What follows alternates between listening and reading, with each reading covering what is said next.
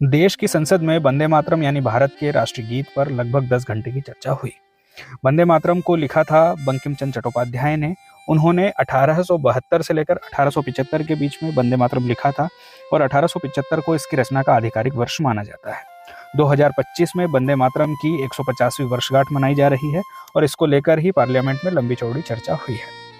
वंदे मातरम गीत बंकिम चंद्र चटर्जी ने अपने उपन्यास आनंद मठ में लिखा था और उन्होंने इसे अपनी पत्रिका बंग दर्शन में टुकड़ों टुकड़ों में प्रकाशित किया था।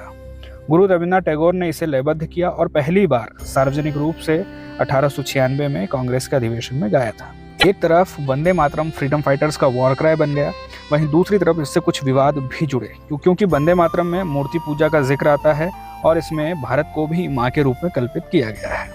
भारत में कुछ समुदाय हैं जिनमें मुसलमान समुदाय प्रमुख है, लेकिन मुसलमानों के अलावा भी कुछ समुदाय हैं जिनमें मूर्ति पूजा को स्वीकार नहीं किया गया है।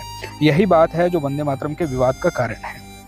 चूंकि राष्ट्रीय प्रतीकों से देश में किसी भी समुदाय के धार्मिक भावनाओं को ठेस नहीं पहुंचनी चाहिए, इस बात को ध्यान में रखकर इसमें कुछ बदलाव हुए थे।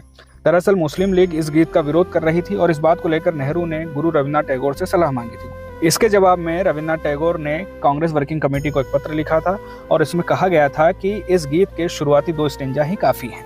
इस वर्किंग कमेटी में उस समय महात्मा गांधी, जवाहरलाल नेहरू, सरदार पटेल, सुभाष चंद्र बोस, राजेंद्र प्रसाद, मौलाना अबुल कलाम आजाद, सरोजिनी नायडू, जेबी कृपलानी, भूलाभाई देसाई, जमनालाल बजाज, आचार्य नरेंद्र देव जैसे नेता शामिल थे। इन नेताओं ने रविन्द्रनाथ टैगोर की इस बात को स्वीकार कर लिया था।